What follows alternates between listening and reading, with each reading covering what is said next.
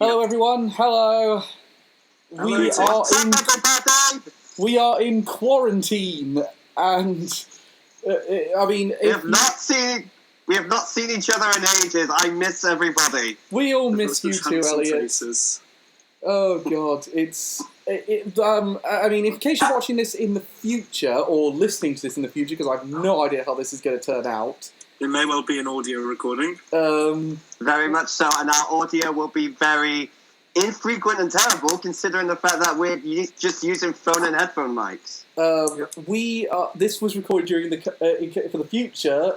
What's left of it? We recorded this during the famous COVID-19 scare, and so as a result, we're all stuck in our own homes. Caused the apocalypse. And yet we're all kind of stuck in our own homes. We're all hoping you're safe and self-isolating so that we can get the world back on track as soon as possible. But for the next few months, we're stuck to Google Hangouts to keep this shit going. So you guys are just going to have to grin and bear it for the next couple of months. I'm sorry. We really apologise for it, but there's nothing we can do. On the plus side, for us recording the vlog, it means that we don't have to contend with the smell of each other's body odours, which is that's the best part of us recording. Oh, actually, that's true. Sake. That's very true. Yeah, because I love sniffing your pit sweat. even when we're miles apart from one another, you are all trying to drive me to an early grave. We will. Well, we're miles apart from each other. Ren's just upstairs from you. Yeah, I feel like if I do anything wrong, Carl's going to come and beat me up. Because the only difference is me and Ren are in the same house, but we recorded this via a Google Hangout session, which is because we basically did this as a massive fuck you to people that like Zoom, because I'm getting sick of hearing people say, "Oh, Zoom is the best conference caller thing ever." Oh, shut up. Have we tried? Yeah, excuse me. Have you never heard of Discord, anybody? The problem with Zoom is people uninvited can then jump in, so I didn't want that situation happening. That's entirely understandable. We don't want to be talking, and then all of a sudden, Pup or someone comes in. Japan. Oh yeah. Although Pup would be very interesting in our conversation. Yeah, Pup would be a good one. Very interesting. To be fair, like doing meet hangouts this way means it's easy to have guests on. Although I will say, when it comes to we finally got around to really getting on with our winter anime. So it's the first season of a new decade. What a way to kick off! And what a start to the decade it's been. Okay, so a war, a bushfire, and now a plague. And storms. Don't forget storms. Oh, and storms as well. And don't forget the UK leaving the EU. Oh yeah, we officially finally left the EU, and That's it's no different than it was before. Great. Yeah, and who'd have thought that leaving the EU wouldn't be the worst thing to happen to Britain this year? But the winter anime, actually. I mean, this is the first season of a new decade. How do you guys think it turned out? Yeah, I thought it was okay. I didn't think it was amazing. I did think it was pretty good, though. Yeah, Disclaimer. I've had a load of people say this is an amazing season and nothing is going to top it. And it's just... I wouldn't go that far. Yeah, that's a bit of a stretch. Yeah, that's a real stretch. I'm kind of going, it was an okay season. But I'd hardly say it was a great season. Do you know what it is? There was a lot of really technically very good shows. I didn't fall in love with anything.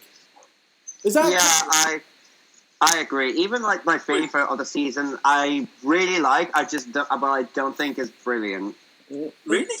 I mean, I thought there was one. I've got to say, I thought there was one show that like really stood out to me. I thought there was about 2 or 3 that stood out for me. Like, these are ultra good shows. Yeah. What? I mean, I think it was a problem. The thing that's interesting for me was I wasn't really rating this season until I came to do my list. Second, I was doing that.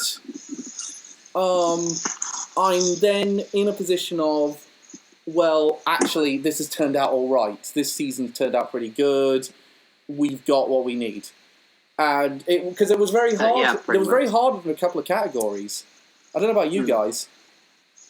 I found best female very difficult. Yeah. That was something that I heard Reese said he had trouble with that as well when we had on our Twitter chats. There were like 2 or 3 that aren't in my list, which makes me upset because I still think they're amazing. Do you know what's interesting? There was one show in my top 5 for Best Original where I picked it, and then I didn't realise I didn't pick any of the characters for the boy and girl category, and I thought that was kind of interesting that I really rated the show, but I wasn't willing to put any of the characters from that show in my top 5 for that category. It felt a bit weird for me, and I was thinking of taking it out on that basis, but I said, no, I'm going to keep it in, and I'm not going to change the character ones because I don't want to change the character ones. It's a bit of a weird combination if you catch my drift. Yeah, I get you. I mean, I think because we're going to Uncharted Wars, so I think we should get straight on the case. First of all, we need to introduce ourselves. We haven't introduced ourselves. Well, so who are we? I'm Calvin, the guy currently sucking at Resident Evil 3 on my own YouTube channel. I'm Reese, the Gundam Guru. I'm Ren, the JoJo Genius, and I'm just very pleased that Cal actually made that admission. Piss off. I'm Elliot, the Vanguard Vagrant. That name finally has relevance again because I finally caught up on it. And the best thing about this layout that we're recording is that you can't see which of us are actually wearing pants or not. We'll never tell. Joke's on you, it's all 4 of us. Okay. I think we need to start talking. I think this is the last time we're going to be doing this because I figured out next season, with the exception of Reese, none of us have holdovers next season. Ooh, yeah. Because Reese has got Black Clover, but that's about it. And nothing I'm watching in the winter season is carrying over to the spring. With the exception... The only thing I can think of that is coming over to next season is Plundered. But who the fuck likes Plundered? Yeah, I saw 2 episodes of Plunderer. I don't say I despised it, but it was so unremarkable. Like, incredibly unremarkable. What did you say, Reese, sorry? I watched the whole thing of Plunderer. You watched the whole thing so far? Oh, yikes. What did you think of it? It actually gets really good. It gets really good? Okay. Really? Yeah, there's a massive twist that's on par with Attack on Titan. Oh, damn. Okay. Oh, shit. Which is weird. I'm going to have to get back. I probably have to get back on it then. Which is weird because I heard no one talking about that show at all. Yeah, and it's also going to be a holdover as well. Yeah, that's the one holdover. Yeah, it is. So you will have some holdovers. I don't think the rest of us will. But how did we think there was only 2 holdovers for me this season. How many did you guys have? I had 3. You had 3. I think I had 1. 4 for Reese, and you only had My Hero Academia. Yeah. So that's Ren's. For disclaimer, everyone, I really didn't watch much anime this season. I'm terribly sorry. I don't think any of us really watched an incredible amount. At least when compared to other seasons. Mine's limited to about 4 or 5 shows this season. No, I squished about over 10 series in about a week. I did about... Holy shit. I think I did... I haven't counted... I've watched, I think I've watched,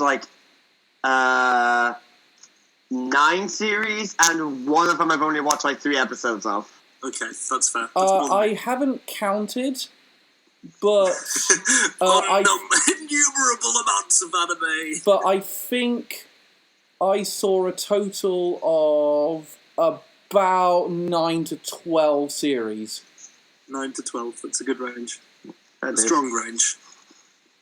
I mean... A healthy range, one might say. Is that including or not including the disappointments? That's including the disappointments, because I actually didn't... No, mine wasn't including the disappointments. It was a very good season. So, incidentally, did anyone not pick My Hero Academia for best holdover? Me, I picked Black Clover. I picked it. You picked it, I picked it. Reese, you picked Black Clover. Yeah, because my God, that's been amazing. Reese, no matter how long you hold on to this as the holdover, it's not going to get any more points, my dude. I don't care, it's still amazing. I will say, I have been literally been the hypest show of the season. That's fair. I will say, I have been reading the manga. I'm currently up to the tournament arc, and it is really good. I do really like it. Shonen show with a tournament arc. Gee, who would have thought of that? Aside from My Hero Academia, I've also got the Holdovers, Card Fight Vanguard, and Welcome to Demon School Iruma-kun. Yeah, Demon School Iruma-kun. We all, everyone except Ren, kept up with That had that. about 2 episodes left over. Yeah, well, it went on for at least 12 episodes. It had 21 episodes in No, total. I meant it's the holdover. Oh, right. Yeah, no, it was still a holdover, though. It went on long enough into the winter season to count. Like, it went on until February. Yeah. It went into February, and it was actually really good, I thought. I mean... Yes, it was really good. I'm really happy to get a second season. Yeah, cool. It's cool as getting a second season. I mean, and speaking of which, just before we went on and did this, My Hero Academia confirmed a season 5. Well, it'd be weird if it didn't get another season. Let's be honest. Say, it needs immediately to be confirmed. Yeah, it really is. It's like it's the biggest shonen anime out at the minute. If you don't count One Piece. I mean, it's really become the cash cow for Bones, hasn't it? It's like that's what people want to see. At the same time, it's a good cash cow. Yeah, it's a good cash cow. I'm glad they've got a good one. I mean, but it's a bit like it's Demon Slayer's going to. It's not like Sword Art. It's not like Sword Art Online with A1 Pictures. Yeah, well, A1 Pictures really can't take a hint. But the thing is, I want to say it's because A1 Pictures can't take a hint. But if my Twitter spats with anime trending fans are anything to go by, it's not like A1 Pictures just keeps feeding this and we're hoping and they're just keeping going. For some reason, people really still seem to love that show, and I'm just going, really, why? It's so... The last season was so dull in just every sense of the word. I'll be honest, I'm just sick of it at this point. I'm just thinking, it's been going for ages now. Just let it end. The SAO arc ended ages ago. The arc that the show is named after ended years ago. The good news is that next season will conclude this arc once and for all. We're done after this arc. Yeah, there'll be no more alicization, thank God. And let's be honest, I don't think any of us are going to be watching it. I just wanted to say Kirito in the wheelchair and push him down the hill. Not man, push him down the hill, push him off a fucking cliff. Okay, so My Hero Academia, what did you guys think of the second half of Season 4? That is Season 4's... I mean, I haven't seen the finale, but Season 4's pretty much all said and done. What did we think of it? I think it was pretty good. I think Reed said it right. It's subdued. It's definitely felt like it's of a lighter tone. But after Overflow, not Overflow. Yeah, that's the right one. Overhaul. Yeah, that's a whole thing. That's a whole different thing altogether. But after the American Truck Company. After Overhaul, and you've had that fight scene, you've had the big climactic moments of that. You have to kind of downplay at that point and say, "Yeah, we're going to." Yeah, I mean. It somewhat did the opposite of what other My Hero Academia seasons did, which is the first half is somewhat is the mellow part, and the second half really hypes it up. This one sort of did it the opposite way around. What do you guys think of the school festival portion, specifically the song Hero 2? I haven't seen all of that one yet, admittedly. Yeah, nor have I. It is on Spotify, the song. It's on iTunes as well. I bought it. It's nice. I mean, it's cool, and that moment with Ari is just precious. Yeah. I can imagine. Eri, sorry. Oh God, what am I on today? Yeah, Eri. It's. I will say though, I'm interested to see where they're going to go with this next portion. Like, what is there next to do? Because I've heard a lot of people say. I heard people say after Season 3, this is the point where My Hero Academia is going to drop off, but it hasn't. Yeah, I've still really liked everything. I've liked the fact they have still given a portion to virtually every single character, so no one feels wasted. But the thing is, they're running out of characters now to do that too. So I'm wondering, will next season focus almost exclusively on Deku now that they're out of character moments for everyone else? Yeah, I think what they're going to do is break out All For One out of prison. Yeah, I mean, I want to stress, none of us are manga readers, so we don't none of us have read the manga ahead, and we don't want spoilers for the manga. I don't think... sorry.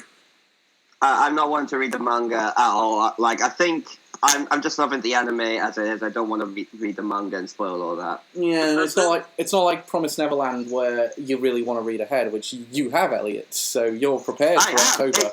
I have, and I'm really excited for season 2 because of it. It's really damn good. So I think the thing about season 4 for me was it had such a kick-ass first half, and it made so as I mentioned, it made sense to have that lower thing, and yet that lower tone, and yet they still had a great villain with Gentle Criminal. Yeah, you know, I think Gentle Criminal's great. I think it's kind of interesting that between this and Spider-Man, we've now had Spider-Man PS4. We've now had 2 villains that are essentially Instagram celebrities. Yeah. That's wait, in Spider-Man, who was the? It's in one of the DLC packs. I can't remember what the villain is. That's Speedball. No, it's something like that. She set challenges for you to do, and while she's filming it for that world equivalent to like YouTube and Instagram, I was trying to get tons of hits and subscribers. That's a cool concept. Well, that's a cool concept. Okay, so shall we move on to the next topic then? Yeah, let's move on to the actual thing. Let's go on to OPs. What do you guys think of the OPs this season? They've been pretty good ones. All right, yeah. Yeah, there was some good selections. I mean, there was obviously some of them got very memed, very heavy. One in particular that did. And there was a couple of decent ones I felt slept through the radar. Like some of the ones I didn't include on my list, I really wanted to included things like My Hero Academia's new OP was really good. I'm surprised that. I kind of wanted to include a few other ones, but I didn't get a chance to get down to it. And it was quite hard. I was like, I really want to put that one in there, and I went, I can't really. I'll tell you what I didn't like, which didn't make the list, was the new Madoka Magica OP. I was kind of like saying, you need an OP. You can't have an OP with this tone now, because we all know the twist in Madoka Magica. You can't now have this one as well if we now know the twist doesn't fit the new tone. So we'll start with... Especially considering people who will have seen this one will have seen the original Madoka Magica. Yeah. Admittedly, I didn't, unfortunately. Incidentally, I might really pissed off Reese now if he's picked Madoka Magica in his top 5. But let's start with your top 5, Reese, and I'll get the scorecard ready. Okay, so 5th place, I've got Somali and the Forest Spirit. I'm not surprised. That was a relaxing one. Number 4, Toilet Bound Hanako-kun. Mm-hmm. Excellent. 3rd, Keep Your Hands Off Aizoken. I'm surprised it's not your number 1. Yeah. 2nd, Railgun T. There we go. Get ready to hear. Get ready to hear. Black Clovers. In all fairness, when has Black Clover ever had a bad OP? Let's be honest. Yeah, there have been a few times. I don't watch I haven't been watching Black Clover. Yeah, I love a bunch of the OPs. Was that your number 1, Reese? Was Black Clover your number 1? Yeah. Oh, really? That's the one thing I can't fault it for. Is it does have very good. Yeah, no, I heard there was a lot of the which is annoying. A lot of the Annie-tubers that do music were covering it, so I did hear it occasionally. It is a good one. Yeah, literally as an OP, it's a great song, great visuals. It's my favourite Black Clover OP now. Really, over the one, right. over number 3. Over number 3, that is genuinely surprising because I thought nothing was going to top that one for you. Yeah, especially because there are 2 versions as well of the OP. In that case, I'm going to need to listen to it. It sounds really cool. Okay, Elliot, let's see if we can actually get a 3-pointer on the board. I will. Number 5 is Isekai Quartet. Again, that's kind of surprising that you're the first person to have that one on the board, but anyway. Yep. Number 4 is Inspector. Okay. Number 3 is ID Invaded. Yeah, not surprised you liked that one. Yeah. Number 2 is Keep Your Hands Off Aizoken. Okay, this is another surprise one because I thought that was going to be number 1 for virtually everyone. And number 1 is Darwin's Game. Oh, wow! I really like. really liked the OP to Darwin's really game. good, thank you. I genuinely thought it was really good. Like, it was one I kept consistently listening to throughout the entirety of it. Yeah, that show did have good OPs. That one had a good OP. Yeah, it had a good OP. I wasn't major on it, but yeah, I get your point. Ren, what about you? What was your lot? Okay, so mine was number 5 was Darwin's Game. That's another one for Darwin's Game. Number 4, My Hero Academia. Okay, doesn't get a point because it's a holdover. That's fine. Then 3, Science Types. Oh yeah, that one. Number 2, Somali and the Forest Spirit. And number 1, Keep Your Hands Off Eizouken. That's. Eizouken. I was very surprised that that's the first point Eizouken's had. The meme factor worked out there. I think with Eizouken, the main draw to it is the visuals in the OP rather than the song itself. No, the song's pretty fun. So the song's pretty fun. It is a fun song. That's why it's number 2 for me. Yeah, no, it was a really close call between. Yeah, did anyone think it was a bit similar to like a Mob Psycho opening? It was very sad. Yeah, a bit. Wasn't it? Yeah, it also kind of reminded Really me. saddest. It also did At give the same that. time, the animation. Go ahead, Elliot. At the same time, the animation is a bit mob-like. Yeah. I actually kind of reminded me a lot of Fooly Cooley as well. Yeah. I mean, that was that was kind of Eizouken in general, though. It just reminds me of Trigger. It just reminds me of Trigger, really. Yeah, there's definitely a Trigger influence there. That director and that anime studio, because they also did Devilman Crybaby, didn't they? I think their animation style is very, very reminiscent of like Trigger and kind of things like Fooly Cooley and stuff. Considering how successful Devilman Crybaby is, I'm surprised they didn't put all their shit on Netflix. Yeah. So my top 5, I had Isekai Quartet at number 5. My number 4 was Science Types. My number 3 was Inspector. My number 2 was Keep Your Hands Off Eizouken. And my number 1 was Toilet Bound Hanako-kun. Which it was a very close call between Eizouken and Toilet Bound, and I kept going back and forth, but Toilet Bound was the one where I was going back to it every fucking week. And I was very surprised the whole thing that Hanako-kun does at the beginning is not becoming a meme as well. The whole I can't do the whole thing. That business. I'm surprised, which if it's audio only is going to be rubbish. So, am I the only one who put Inspectors on? No, I got it in number 3 on mine. Ah, yeah, okay. But it was just off my list. Yeah. It's same with Somali for me. Somali was like just barely made it off my list. I was also surprised I was the only person. Yeah. Yeah, it was an amazing pick. Do you know what? The couple I was very surprised in. One I was very annoyed I took off the list was Smile Down the Runway. I really wanted to put that one on the list, but I didn't quite have a place for it. That OP just kind of annoyed me with the song. Yeah, it's not the best song in the world, but visually it does quite work for that show. Somali was another one I was really wanted to put it on the list.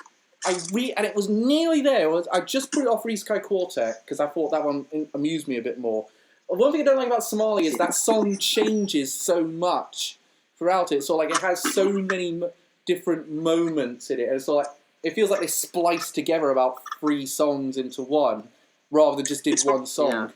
It's probably one long ballad song, and then they have to just kind of cut it down to 1/3. It's like the same with the World God and Yeah, but it would be a bit, but that would never be like taking Bohemian Rhapsody and turning it into an OP. It would be very hard to do.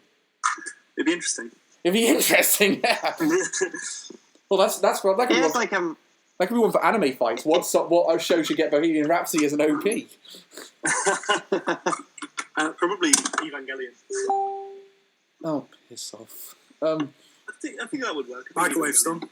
No, it's I think someone's messaging me on my Facebook.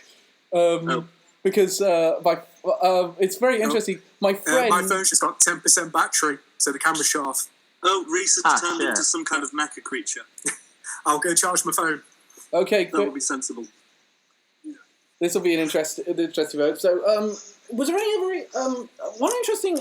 Only Elliot had id, which I found interesting. Yeah, I'm the only one who had ID invaded. I'm just genuinely surprised by that. I nearly had it. It reminded me a lot of the Psycho Pass OPs. And what's interesting... I've never heard... I've never heard any of the Psychopaths OPs, so I wouldn't really know. The guy who did... A couple of them were done by the guy who did the Tokyo Ghoul OPs. Oh, there we go. They done by him? Yeah, no, he did the first one. Which incidentally is not my favourite OP from the series. It's actually the second OP from Psychopaths is my favourite of the bunch. But, That's interesting. Hipster. What do you mean a hipster? I'm just taking it. I'm 29! You can't call me a boomer! I didn't call you a boomer, I called you a hipster. Reese Now that did. we're on the subject, boomer.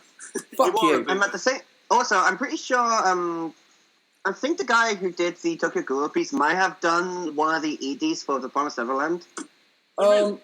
What's interesting is... So. Yeah, I think he did. One of the interesting ones here, though, is that Darwin's game got 4 points in that round. So he got 3 from Elliot and 1 from Ren. Yeah. How did you... Was Darwin's game a big... I wasn't huge on the Darwin's game OP. What did you guys see? I thought it was really... I just thought it was really good.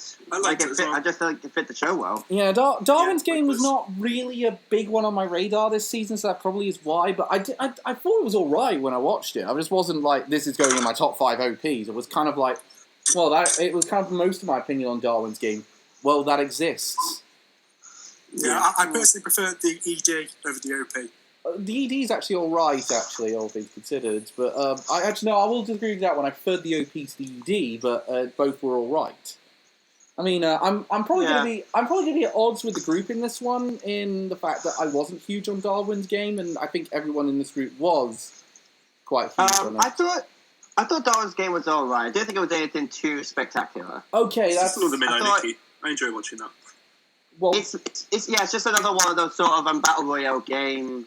I mean, thriller sort of things. Yeah, I mean, we're going to talk a lot more about Darwin's game as we go along, obviously. But shall we move on to EDs now that we've done? Because I think we've analysed it pretty well. I mean, the OP that scored them. I think the only thing to say before we move on is the OP that scored the most was predictably "Keep Your Hands Off Izoken," which of course it was. I mean, it was memed the hell out of, and it was the OP everyone's going to look back on. But when I was looking on, I think it's a really good YouTube channel called Anime Openings Weekly, I believe it's called, and they do like these votes on everyone's favourite OPs, and I've voted in a few times because I'm part of the subscriber special, and it was never ending up in the top 10, which I was always finding really surprising. It was never in the top 10. I swear to God.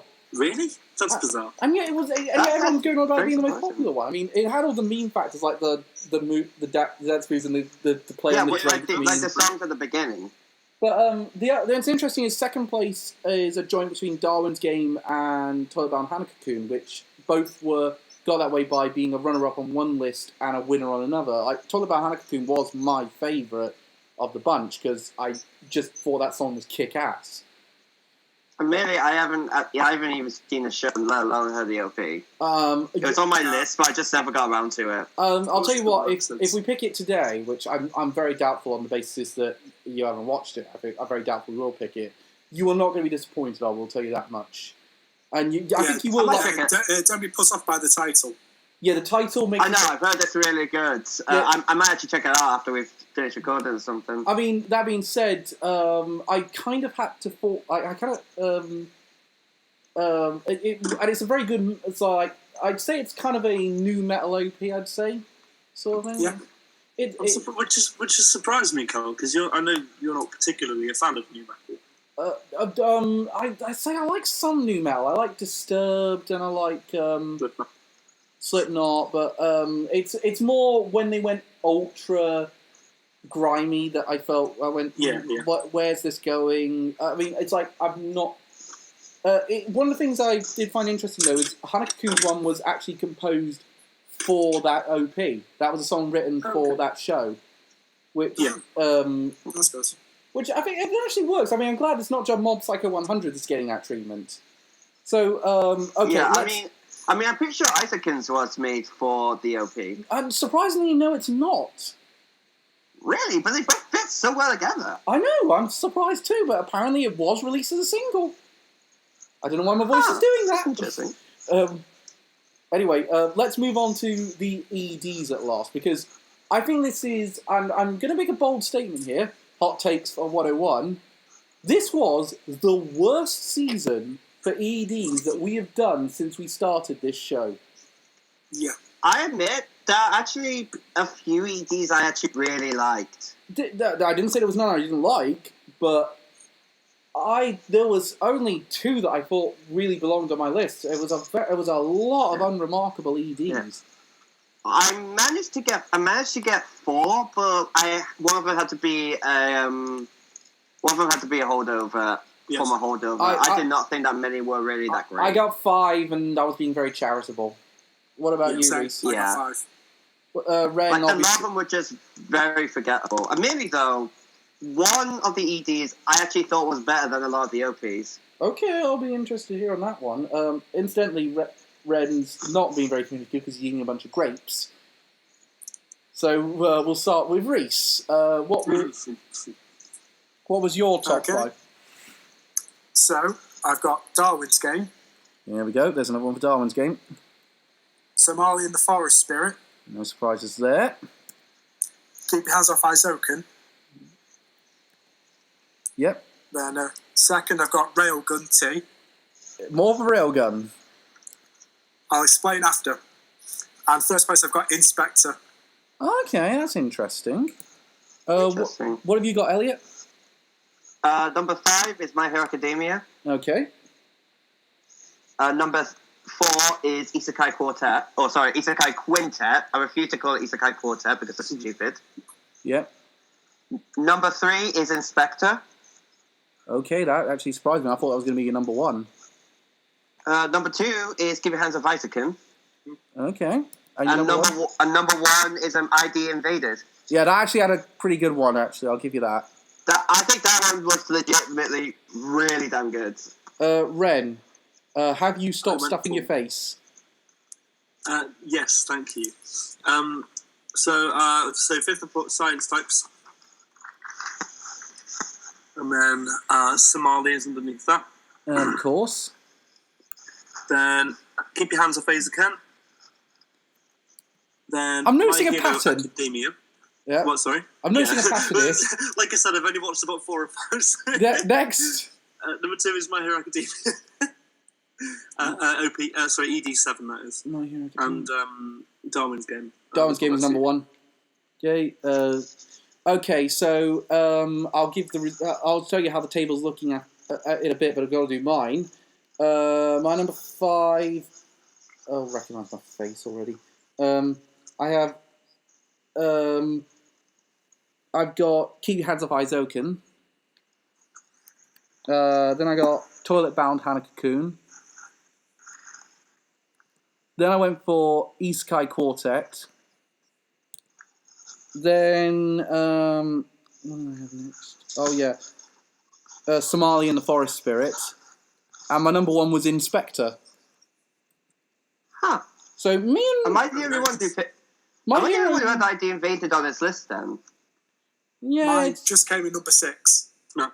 I wasn't quite... I legit thought the ET to ID Invaded was really good. Like, I legitimately think it's better than a lot of the OPs. It is a pretty good one, actually. I'll give you that one. It didn't quite make my list, but it was nearly there. Yeah, it's a bit too rap-focused for me. Yeah. Yeah. At the same time, I kind of like that style of rap, really. Yeah, Didn't you like that Shield Hero OP with a lot of rap, though, Reese? Yeah, but that had really good guitars and instrumentals in it. Okay. Yeah, it was definitely more. That's how you work that type of music. It's rather than some other examples which haven't worked out so well. Mainly, thank you for that statement, Carl. Mainly things like Fist of the Blue Sky. Which is weird because that was the only good thing about that show. That OP. Would you say that was a bit of rap in the last OP to Villain Saga? Yeah, but that's because... No, not really, because it was Man with a Mission. Yeah, it just sounded who are a new I metal know. band that do have some rap in their music, but it wasn't that prevalent in the last Vinland Saga OP. Oh, find out if it made our anime of the year or think not. it was a bit. It was just a little bit. I don't think it was like like a lot of it, just like a tiny bit. It's interesting that Keep Your Hands Off Izoken was the only ED that all four of us had on the list. And it was never a winner. It was never a winner for any of us. It didn't win a single one. No, that was extra surprising. It was let down, I think, because the animation was so simplistic. It could have done some interesting stuff considering how animated the OP was. Yeah, because the song was all right. Yeah. The song was good. But it's pretty obvious that the OP is where that budget went. Yeah. Yeah. Well, the OP and the rest of the show. But it's pretty obvious they didn't have a budget for a really proper ED, so they kind of just said, well, we'll take this one and we'll go with it. You can argue that it fits the theme because, like, throughout the show, the three characters have issues with production, so... Oh, for fuck's sake. Sounds like us. Yeah. Yeah. So, oh god, Ren's cracking out. Ren's. No. Have I died? Ren, stay No, you're innocent. still alive, man. You're still alive, but barely. Okay, that's a relief. I I can't actually see like what image I'm projecting to you because I'm only in the bottom right of my camera, and so that's what will be on the recording. If you tap your face, it brings it full screen. Does it? Should I just have that instead of you guys? No, because I don't just want you on video. Oh yeah, it does. Okay, I think we're all agreed. We're just gonna have my face. I'm gonna kill you. There I am. Can you see this, Ren? Good. How do I get back to everyone else? I don't know. You just click on the thing If you click on a head, it does the thing. Look, we're getting off just topic. click on the thing again. Right, me and Elliot both picked Inspector. We were the only one. It got first place from both of us. We were the only ones who picked it. No, you and Reese picked Inspector. I did ID Invaders. Oh yes, I thought you picked Inspector as a runner-up. I thought Inspector was going to be your number one based on the fact how much you liked the OP. But I really like the Inspector ED. Yeah, it's amazing. ED was really good. It kind of has that. It has the really funky jazz vibe that works so well with a show like this. But yeah, definitely. It's kind of like if you go with this pseudo noir idea, you need to go full circle with it. And jazz works so well. I mean, yeah. Why did you pick it, definitely. Reese, over everything else? No, I thought it was really good visuals as well, with like the formal dancing. Yeah, it was. Yeah. It's I mean, it worked out very well. It was a nice bookend to a lot of those episodes. Shit. What have you done? I've just realised. Sorry. No, I've just realised I should have been including something. Never mind. I can make some adjustments on the fly. No, you can't. Anyway. No, I can't. One of the things I found interesting was Elliot's pick was Darwin's Game. No, it wasn't. It was It Invaded. Darwin's Game did make one of our lists, so I'm pretty sure. It was my favourite OP. It was your favourite OP. No, did anyone pick it for the EDs? Yeah, I picked it for 5th place. Yeah, that was. I think Ren picked it. Yeah, I think Ren picked it for his favourite. Who? Me. Did you pick that? You picked that? Yeah. Yeah, it's a good idea. Interestingly, I remember enjoying it. Yeah, it's also interesting that it's kind of shook up the board a bit because number one at the minute is Keep Your Hands Off. Just as a disclaimer, I'm not having Darwin's Game win this. Number 9. I'm not having it win. Well, I'm saying I can guarantee it doesn't have that many points from me. Then it's got Inspectors at 2nd place with 9, and 3rd place is Darwin's Game with 8. But I can guarantee Darwin's Game's not winning this. I don't know. Maybe Reese is going to go to town for it. Anime of the best of winter 2020. It'll be another fucking Knights and Magic, I guarantee.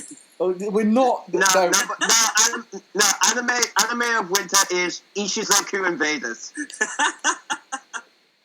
We are not. So Ikishoku in Reviewers. We are not ever talking about that anime.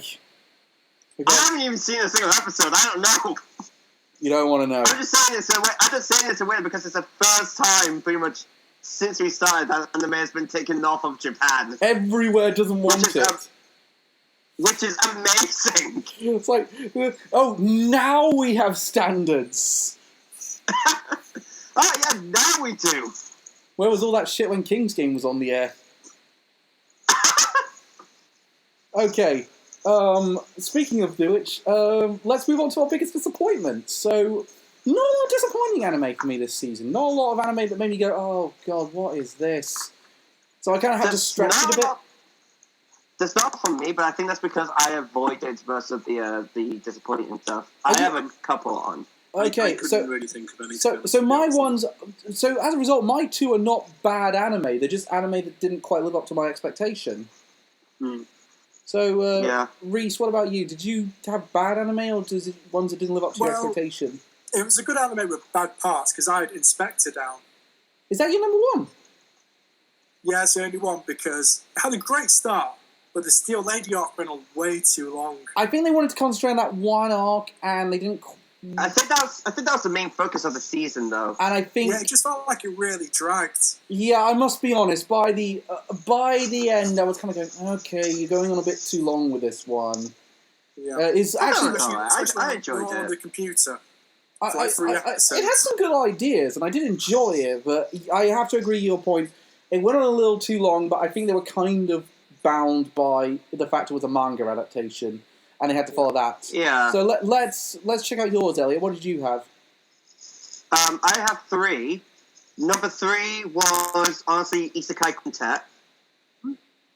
Mostly because I was expecting more from Now Through Me, which we did not get, unfortunately. Actually, I forgot about that. Number 2 is Plunderer. As we said, it did get better, but I watched the first couple episodes and I really did not enjoy it. And number 1 is one which I'm probably the only one who watched. Ordo Cinnamon no Bunaga. No, it's a one where a samurai from feudal Japan gets reincarnated into modern day as a dog. It should have been amazing. Was actually really crap.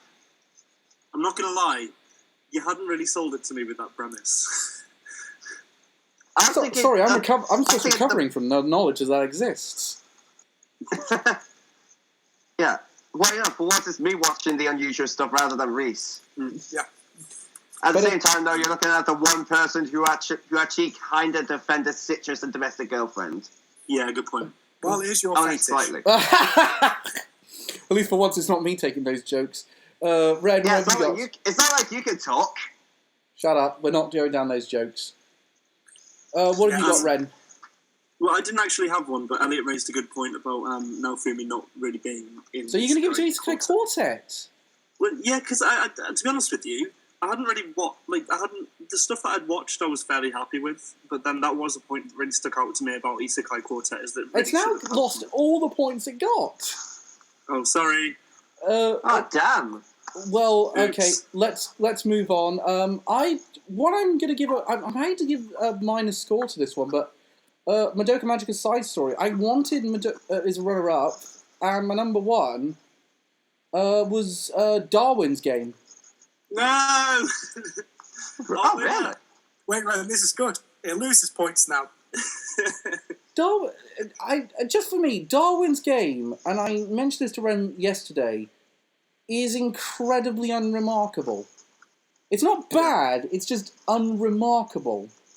Yeah, it's just kind of underwhelming, I guess. Yeah, that's what it is, and I felt like saying, I should not be this underwhelmed by an anime with this presence that basically says all mobile games are evil.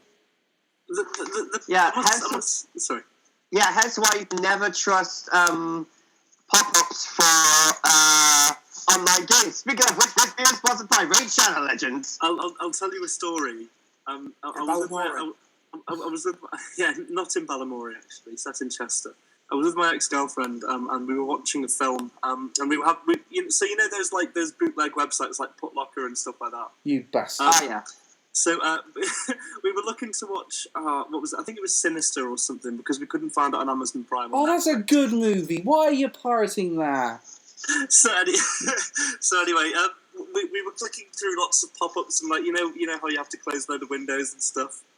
One of them that came up was an unskippable 1.5-minute long ad for a game called Cunt Wars.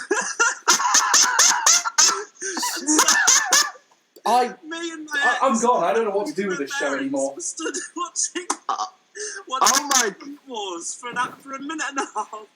Sorry. Oh my goodness. And then we closed. That's the kind of idea you expect to see on Hentai Haven. And then we closed the pop-ups. And so this was an amazing, try not to come within 5 minutes of playing this game. And then I closed it, and then I clicked on the thing again, and it fucking came up again. So twice, 3 minutes of unskippable Cunt Wars advert. Jesus Christ. Is that just like a chance now? We'd been together for 2 or 3 months by this time, and this was maybe like the third time I'd met her parents, so this did not bode well. This explains a lot. Yeah, you think that's bad? One time, a day after I started dating someone, we had a presentation on staying safe with sex. Literally the day after, I just was just sitting there thinking, we're getting off topic again. Well, at least it was well timed. I mean, Okay, let's move swiftly on. Yeah, back on track. Reese picked Inspector. Now, Reese did a good job at explaining Inspector. I think, I must be honest, I am a bit disappointed that the S.H.I.E.L.D. hero characters didn't play that much of a role. I mean, we got the good episode with Philo, which, again, Philo is... And again, Philo is still the most adorable thing ever. Yeah. Yeah, Philo, come on. If you need a smile put on your face, just watch videos of Philo. She is adorable. Also, the best character. Yeah, of course. Ted Knight. Of course, yeah. And, although, did you guys see the when they had a cameo that made it isekai sex tuck flicks? Yep. I don't know if you've seen this, Elliot. Oh no, I remember when we got like a cameo from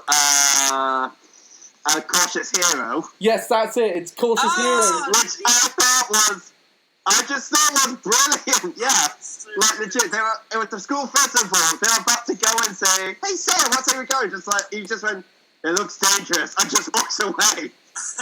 It was legit awesome. I was just thinking, and still no slime can. Come on. Yeah, that's next season. And of course, Isekai Quarter has confirmed a third season. Brilliant. Yeah. Which is great. I mean, I like Isekai Quarter, so I'm glad we're getting more of it. Yeah, I'm really glad. It's a good way to bridge the gap in between seasons. I mean, we've just got, what was it, ReZero season 2, right? No, that's or we're getting that's the only anime production that so far that's received a massive delay because of the coronavirus outbreak. Do we know when? Meant to be coming out. It's still coming out this year, right? It is still coming out this year. It was meant to come out like this month. It's now coming out in July. It's coming out in July. Yeah. I personally think it's to its benefit because I think summer was actually going to be a rather dull season. So it's not looking great on the horizon, so with the exception of the fact Haikyuu's coming out at that same time. So ReZero coming out around that time is excellent, I think. So that might be a blessing in disguise. And to be fair, I've waited since like summer 2016 for more ReZero. I think I can wait a few more months. Yeah, hopefully Isekai Quartet gives us like more seasons of the 4 shows. I think that'll be really good. Yeah, well, Konosuba like a new season. I love a new season of Konosuba. Well, Studio Dean's no longer doing it now. Someone else took over and they've done the film. But that's been rather successful. So maybe we'll get more Konosuba. I think Overlord. We're still waiting on more of the light novels getting produced. So I think we'll be waiting a very long time for more Overlord. And what's happening with Saga of Tiny the Evil?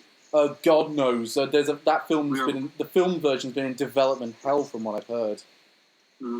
I really don't know what's going on with Saga Tiny the Evil. Rise of the Shield Hero is already confirmed season 2 and 3, so there's no worry about that one.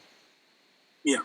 So Cautious Hero has an amazing ending that needs a season 2. Yeah, I'm waiting. Definitely. It really needs season 2.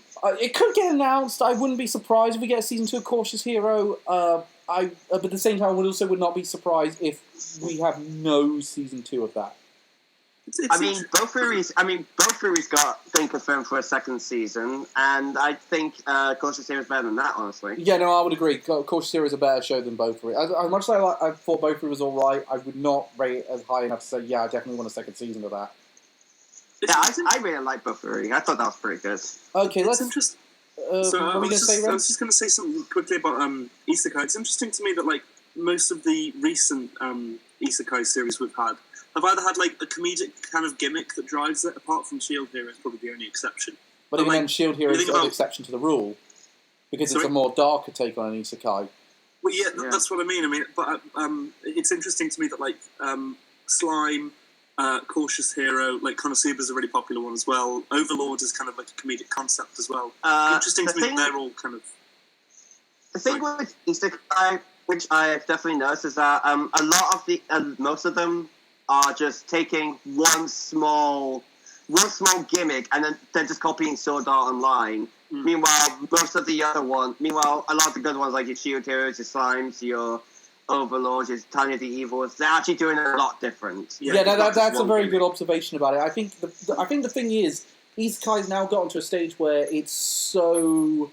There's such a overload of it. There's way too much of it. So as a result, it's kind of fun. Yeah, it's actually kind of funny because I have a friend called Sophie. Hi, Sophie, who actually said that Isekai was her favorite genre. She hadn't seen as much Isekai as, of course, we have, and when she said that, I just went, I'll be honest, I'm sick of Isekai. She was, really? I was just like, yeah, there's so much of it. No. Yeah, like it is like you get so many shows, like you get Isekai Cheat Magician, you get Wise Man's Grandchild, that just don't fundamentally work it, and it's just like, let's just get anything out there, we'll make a paycheck. Yeah. Whereas there's one that's coming up this year called Redo of a Healer, which I am very much dreading because it's essentially all the uncomfortable scenes of Sword Art Online as an entire show. I thought that was called Conception. So it's Goblin Slayer episode 1 over 12 episodes. I think one of the things pretty much. I think one of the things that concerns me... there's one that's out at the minute which could go either way, I reckon, called 8 Son, Are You Kidding Me? Which I don't know how that's going to turn out, but the first episode was not very promising. So it definitely looks like Isekai's not going to...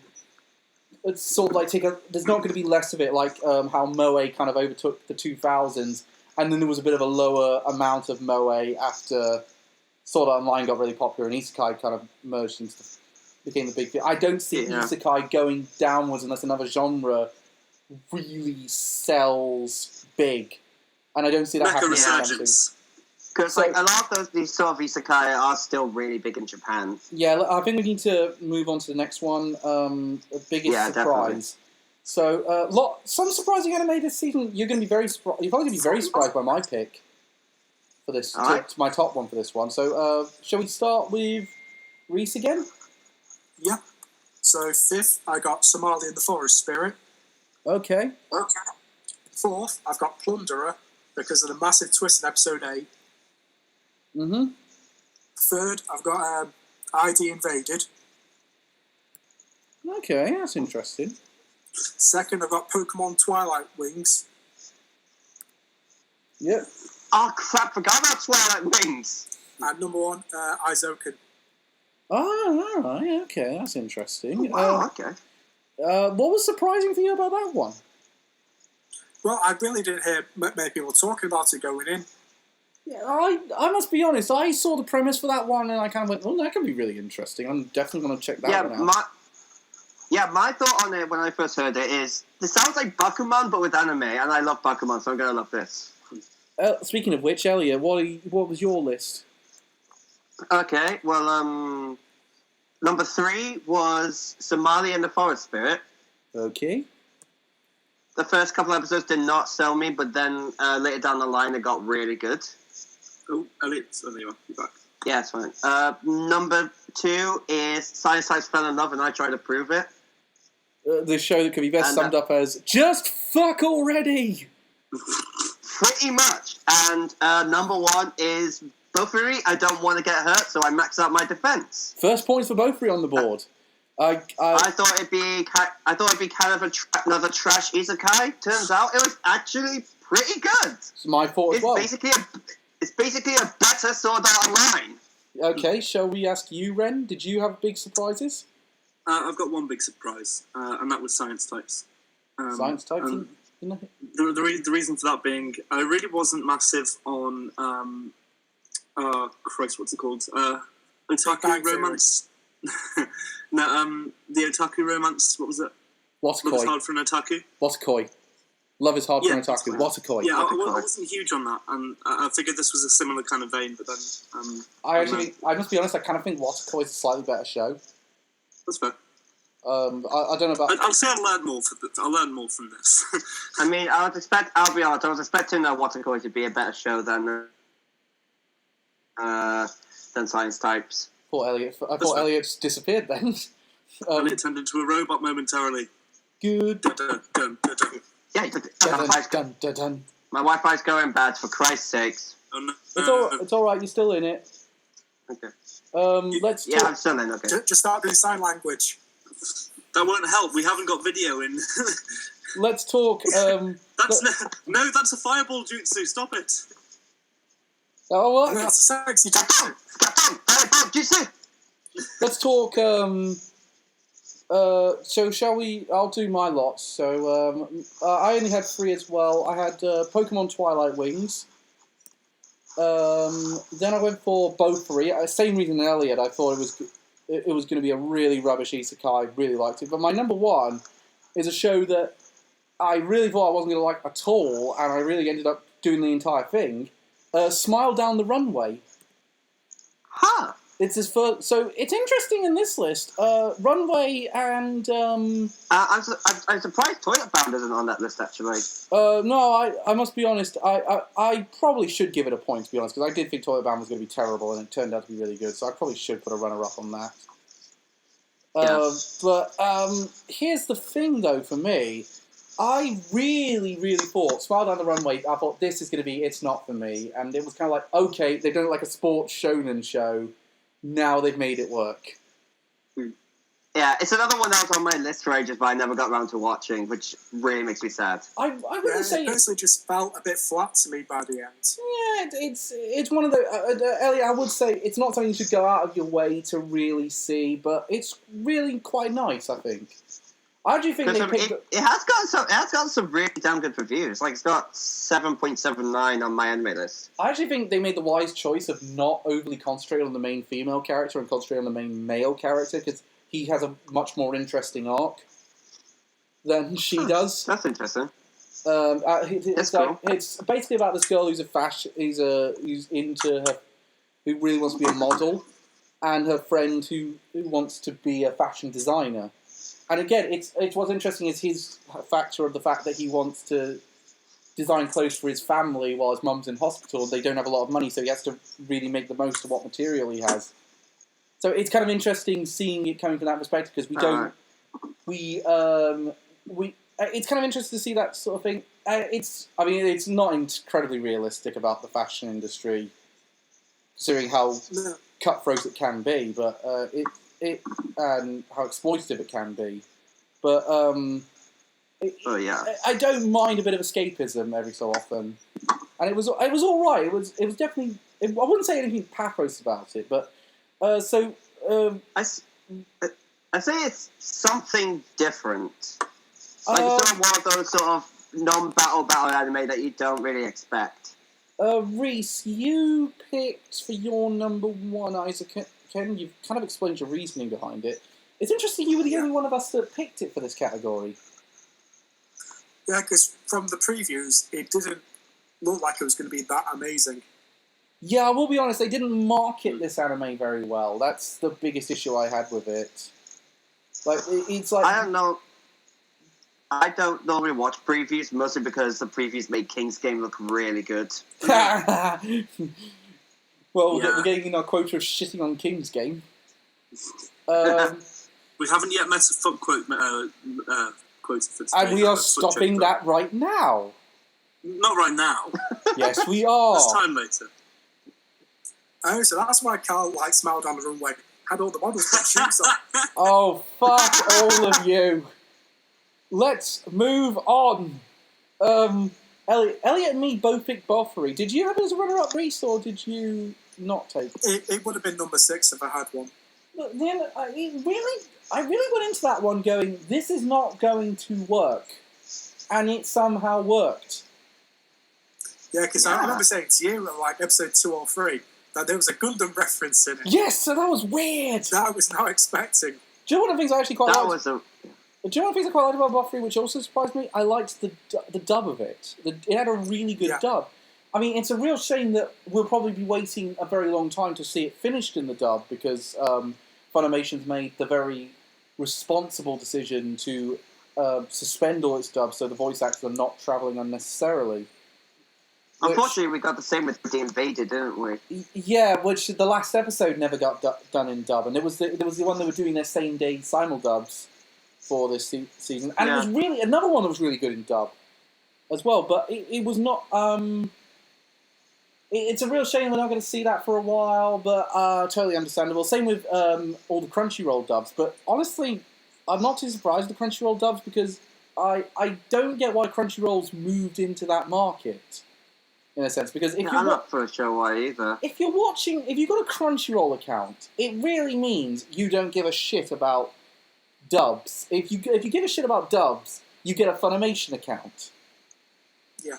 I mean. Yeah, pretty much. So Somali had a great dub. Yeah, Somali had a really good one as well. Actually, that's a real surprise. Again, a shame we're not going to hear the end of that one for quite a while. But again, clearly understandable. But. I wouldn't watch the dub just because Jotaro plays Golem. Oh yeah, I forgot the actor who plays Jotaro plays Golem in it. Yeah.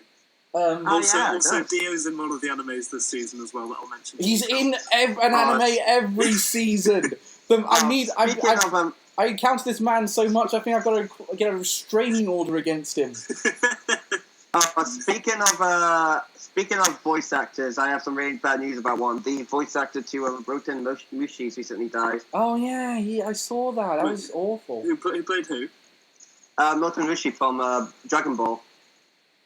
Master Roshi. Master Roshi. Oh right. Roshi, yes, Roshi. Sorry. Yeah, Roshi's voice actors died. Oh damn! He has such an iconic voice as well. yeah. Still in Super. Yeah, no, it's. I'll tell you one though. It's quite.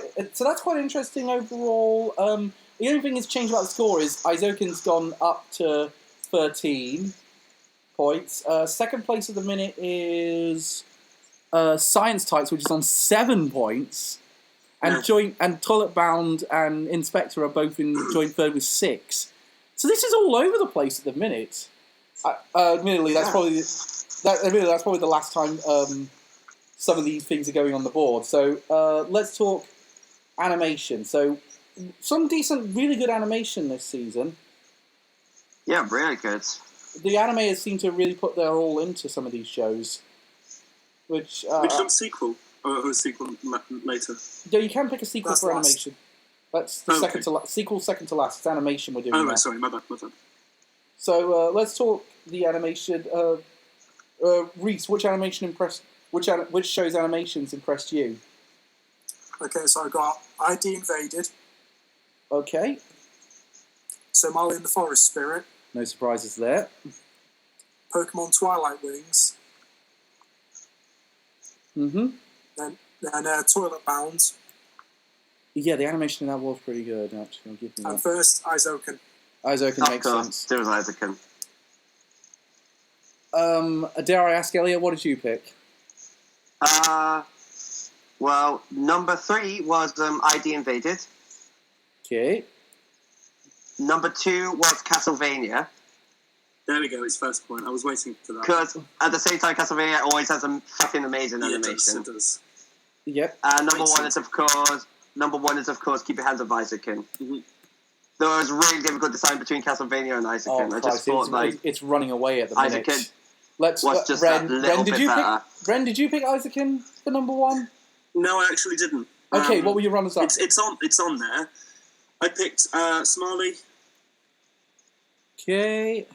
My Hero. You can't pick it. Yeah, I know it's on there anyway. There. Shit, sorry, I've lost track. Toilet Bar Halaka Kun. Yeah. Keep Your Hands Off Isaacin. And then Castlevania. Castlevania gets 13 points. Another one for Castlevania. Just honestly, it's so good. The Castlevania animation is always brilliant. It's always even the hand-to-hand animation, and then watching the final episode, just so good. The final episode. Oh good. Man, when they're trying to close a portal, that is amazing. Yeah. Let's. Okay, so I had Pokemon Twilight Wings. Then I went for Castlevania. Mm-hmm. Then Haikyuu. First off, a Haikyuu, I'm surprised actually. Well, I think I was the only one watching it. I'm surprised you picked what you. It took you this long to have. No, I was trying to put it in OP and ED, but it wasn't quite as good as previous seasons. So then I had Somali and the Forest Spirit, and I picked Keep Your Hands Off Aizoken. So all of us except Ren picked that one. I mean, the animation in that show is so stellar. It was I'm legit surprised it's not done by Trigger. It's so Trigger-like. Definitely has a feel of that. It also has I think Gonzo feel as well, yeah. And Gynax. I agree that I think the well animated scenes, the ones where they wanted to show off, I think are phenomenally done. However, the reason I picked Castlevania over it is on the kind of still frames, the in between ones, the non-important ones. There is a little bit of dip in animation quality, which is to be expected. But I'd say that Castlevania did more to kind of remedy that. I think Castlevania though had a bit of an advantage in its production, the way its production was done. Aizoken. Probably also had a bigger budget. Yeah, again, bigger budget makes sense. I mean, Aizoken's probably going to look better. I reckon Aizoken's probably going to look better when the Blu-ray release comes out and they've had time to fix a lot of aspects of that show. It's a bit like Madoka Magica actually looked better when the Blu-ray release came out. Well, I'll just look at Dragon Ball Super. Yeah, Dragon Ball Super is another example, yeah. That didn't look so great. I'm actually surprised, I would be surprised your Castlevania wasn't on your list, Reese. Yeah, it just missed out. It got picked by ID Invaded. Right. Which two of you picked? I thought ID Invaded was pretty good. I picked mine mostly because the first 2 episodes where you the second episode where you see Sakuto Sakaido, moving the trying to put the city back together. I thought that bit was really cool. Yeah, that was really good. That's one of the reasons I put it up there.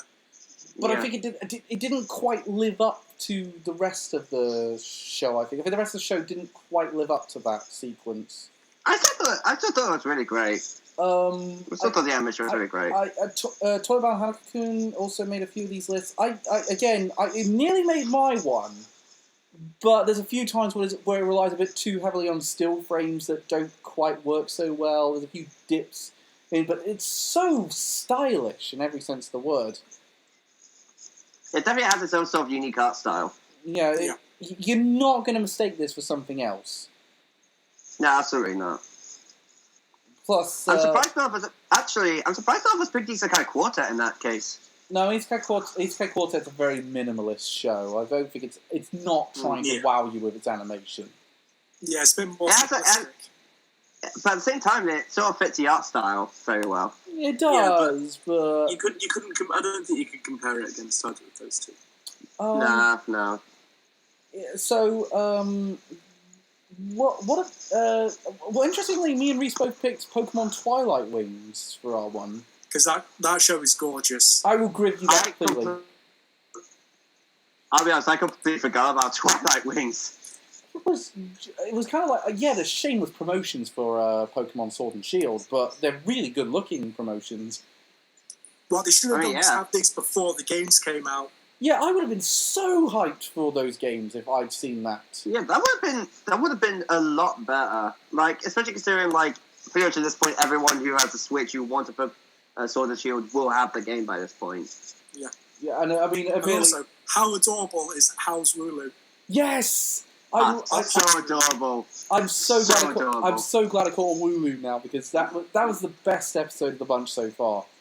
I mean, and that much effort to go into a made-for-YouTube series, like that's amazing. How is it that they're putting more effort into a made-for-YouTube series than they are for their actual anime? I think it's kind of interesting. It certainly gives a lot more context to that world. A lot more Yeah, because we learn more about the gym leaders. Yeah, we learn a little more about them, and we get more, everything has a bit more character to it, which is something that Sword and Shield was slightly lacking in. Yeah, we also know how Corviknight transports people now. Yeah, I like which again, it seems like the Corviknight taxi driver is the big constant between this anthology. Yeah. It is quite, but again, it's all work for that adorable Wooloo. Yeah. Yeah, totally. So, keeping up with time, that was the hardest category we had to do, where we all went back and forth. Best female character. Oh boy, best female. So I always get male and female the wrong way round. So Reese, what you got? So Reese, let's get to you. There's a big difference, Elliot. Easy mistake to make. I should mention before you start, Reese. Keep Your Hands Off Aizoken has jumped so far in the lead. It's got 23 points, and the next one below it is Somali in the Forest Spirit with 10. Really? Somali? Wow. And Toilet Bound Hanako-kun's in third with 8. So at the minute, I think we might already have a winner. But let's keep this going to see if it might change. Right. So fifth, I've got Ayami Himuro from Science Types. Okay, that's interesting. Fourth, I've got Somali from Somali. Yeah, that's easy. Third, I've got Maple from Bo Fury. Yeah, she was all right. Second, I've got Sayaka Kanamori from Aizoken. Of course. And first, I've got Makoto Misaka from Railgun T. Okay, there we go. Now the Railgun points coming in from Reese. Yeah. Because of the last episode that just went up last night. Oh, yeah. That one did receive a few delays. Because I had first and second swapped around until last night. Okay, that was interesting. Ren, what about... Elliot, sorry. Elliot's next. Number 5 is Sally from Bofuri. Oh, that's interesting. Different girl. I just preferred Sally. I thought she was more fun. Okay. Than Maple, admittedly. Number 4 is Suka Karina from Darwin's Game. Yeah. Number 3 is Midori Asakusa from Keep Your Hands Off Aizoken. Mm-hmm. Number 2 is Kotoko Iwanasa from Inspector. Nearly made and number one is Somali from Somali and the Forest Spirit. Okay. She's just adorable. She's adorable. She is. Ren? I've got Lenore from Castlevania. Is that your runner-up or winner? Runner-up. Okay. And then Karino Shuka from Darwin's Game. Then Kyokujiro from My Hero Academia, of course. You can't pick holdover characters. I'm going to anyway. It wouldn't change. I couldn't think of a fifth one, so... Red, just pick Railgun. No, I'm not giving points where they're not due. Well, they might be due. I don't know whether or not they're due. They're very due. Himura Ayami from Science Type. And just in joint first, I've put all 3 of the girls from Hands Off Aizoken. Can't pick one and stick with it. You what? You couldn't pick one and stick with it. No, of course not, because they're all equally amazing. Okay, I'm up. I went with Somali from Somali and the Forest Spirit. Then I had Shimuzu from Haikyuu. Yeah. Then I went for Yashiro from Toilet Bound Hanako-kun. Kanamori from Keep Your Hands Off Aizoken. And my number 1 was Lenore from Castlevania. Hey! Brilliant. Seriously, every moment she's on screen, she steals the show. The thing is, there's so many girls I wanted to put on this list. All the girls from Castlevania, the rest of the girls from Aizoken, the ones from Science Types. fucking thingamajig from Castle. Oh my god, there's just so many. Well, Railgun did it for you, Reese, which is not a surprise because you're the big science and scientific fan out of all of us. Yeah, it's had 12 years of build-up, and it's literally been amazing these past few episodes. And you got a great character arc in that moment. I think we won't... I know we're normally not so coy on spoilers, but I think we should avoid spoilers in this case since it's only just premiered. Yeah. Yeah. Oh yeah, but here's a question for you, though. Who do you think's the bigger capitalist, Kanamori or Tom Nook? Ooh. Tom Nook. Kanamori. Bringing out the big questions. Kanamori says that she doesn't like the money side of it. She likes the power, doesn't she? I believe the only way to solve this is a rap battle. Epic rap battles of history. Yeah. Tom Nook. They've got to find some way to get Tom Nook in epic rap battles of history. They've got to, yeah. Who would he go Alan against? Sugar. Brilliant. No, Donald Trump. Yeah, he's already been in the show I was twice. about to say. He's already been in the show twice. Don't give him a third time. Besides, Have we had Jeff Bezos? we can't have a contagious moron next to Tom Nook. Yeah. Twat. Shall we talk about Elliot? Elliot, what was your number one again? It was Somali. Somali. Yeah, she was on pretty much all our lists except Ren's. She's a very well written kid character. She's just adorable. She's just really cute. And she just acts like a normal kid. That's one of the reasons I quite liked her. She made your list as a runner-up as well, Reese. Yeah. Similarly, Because she's a kid character who's not annoying. yes, that's the other thing. And they didn't make her completely unrealistic, which is one of the things I was very worried they were going to do. I mean, it's interestingly, with Somali and the Forest Spirit, my favourite episode was the one-off, which was about the story of the first witches, that girl who had to leave her home. That one was my favourite individual episode of the bunch, and I know it's rather surprising, but it seemed quite interesting that one of my favourite episodes was the one that didn't have anything to do with Somali and the golem. I have to, not to mention the relationship between Somali and the golem is just adorable. It's just so good. Ren, your list was a complete disaster. What do you mean it's a disaster? You just picked... Wow, the girls! There's so many good girls, yet you just picked not the very good, not well, too actually, great I ones. picked more girls than you did because I picked 3 for my main, so Yeah, that doesn't count. Yes, it does. Anyway, me and Ren were the only ones who picked Castlevania. It's 1 point per girl. Castlevania, me and Ren were the only ones who picked... We both picked Lenore, surprisingly. That's female character. She was fantastic. There were so many. I want to put all of them on. I want to put all of them on. She had like the sexiest voice I've ever heard. And I don't understand. she's voiced by one of the former Downton Abbey actresses. I mean, So, yeah. I mean, Castlevania already has an excellent all-star British cast for its role. Yeah, I'll say Castlevania has, I'll be honest, some of the best voice acting I've ever heard. You know Lenore's going to be able to do what she wants to do to Hector. It's more a question of how is she going to do it and how devious is she going to do it, and are you going to side with her by the end? Yeah, and as it turns out, her scheme was fucking brilliant. Yeah, Hector's going to come back with a fucking vengeance next season. Well, it does look quite interesting that with Hector, and I mean, we'll probably talk more about this in a minute, but it is interesting that with Hector and Isaac, we've taken 2 very bland characters from a little-known PlayStation 2 game, and we've expanded them. I mean, Ben Sage kind of talked about this when he talked about Castlevania, but it does seem interesting that they picked these 2 to be the characters to get expanded.